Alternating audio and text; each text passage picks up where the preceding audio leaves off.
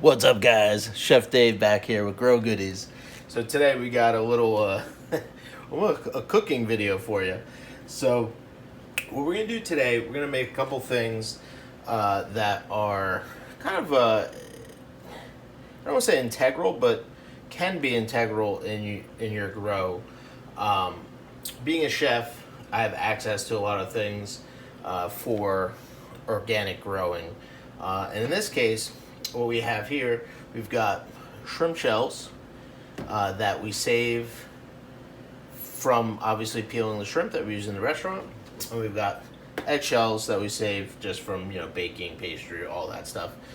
So both of these are high in calcium, so they're great just to have in composting and vermicomposting in particular, which I use both of these is in particular eggshells, but they also have nitrogen in them. But the crustacean shells, the exoskeleton is very high in chitin. Chitin is really important for several reasons. It feeds fungus, helps promote fungus growth, good fungus growth. It's almost becomes part of IPM. It kind of like supercharges the defense system of plants in general. So things like lobster shell, crab shell, shrimp shell are all really good to have in your garden, and they sell crab meal and lobster meal and stuffed crustacean meal, things like that. But since I'm really about trying to utilize as much as you can when you purchase something in a restaurant, whether it be for me or for composting or for whatever.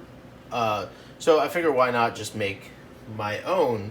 So essentially what you have to do, I've washed these, just a little warm water, but we've preheated our oven 300 degrees, 325, and we're just going to bake these till they're very, very, very crispy, and that will help also remove any of that unwanted, fishy smell. Not all of it. I mean, it's still fish, right? But it won't be as like if you were to take these and just throw them in your pots. Obviously, that would be problematic. If you're gonna do this outside, you want to bury them. You can leave them like this and bury them. That's totally fine. You just want to make sure you cover them with enough dirt so that animals don't come in after them and dig them up.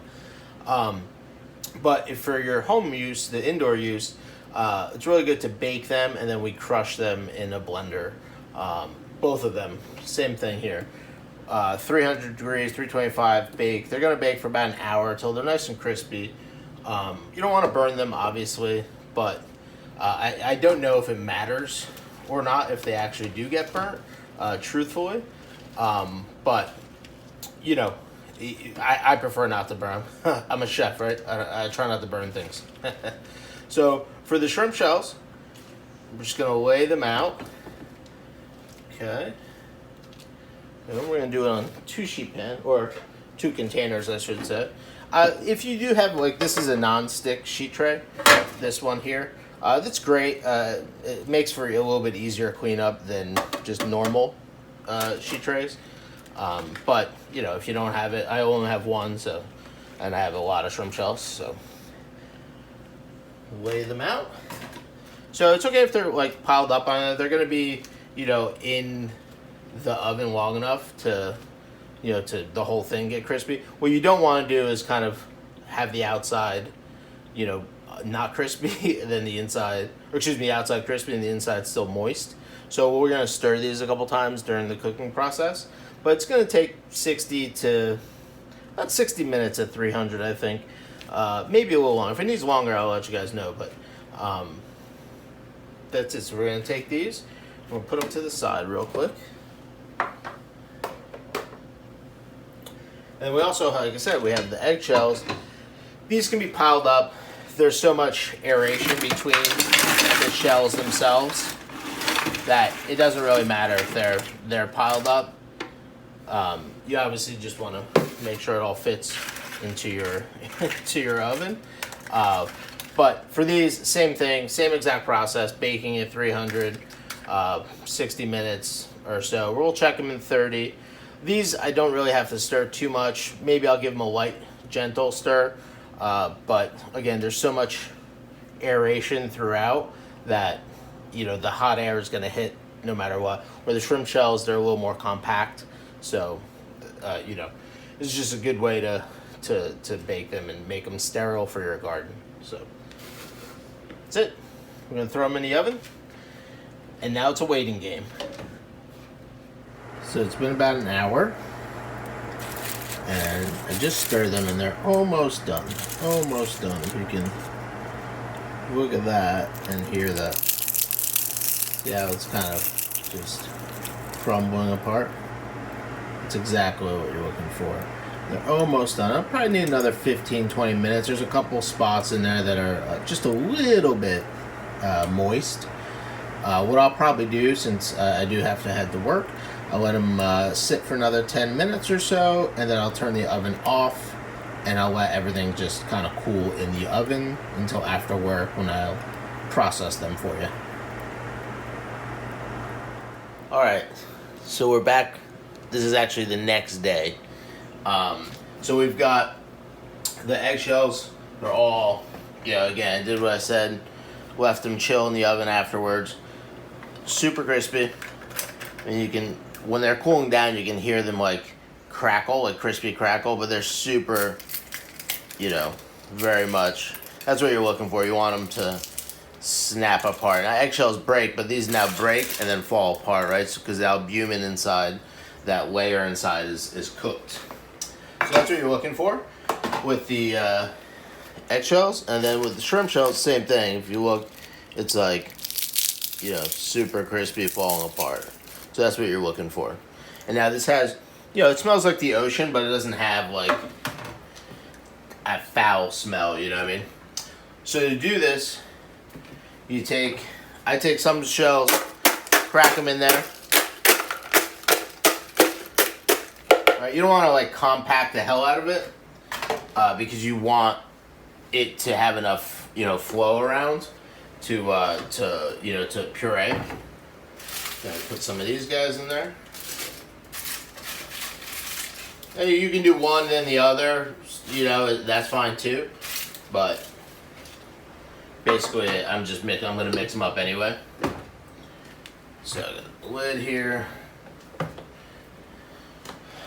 Got the wand. Take this off. I don't have the height. And then we're just gonna puree on high.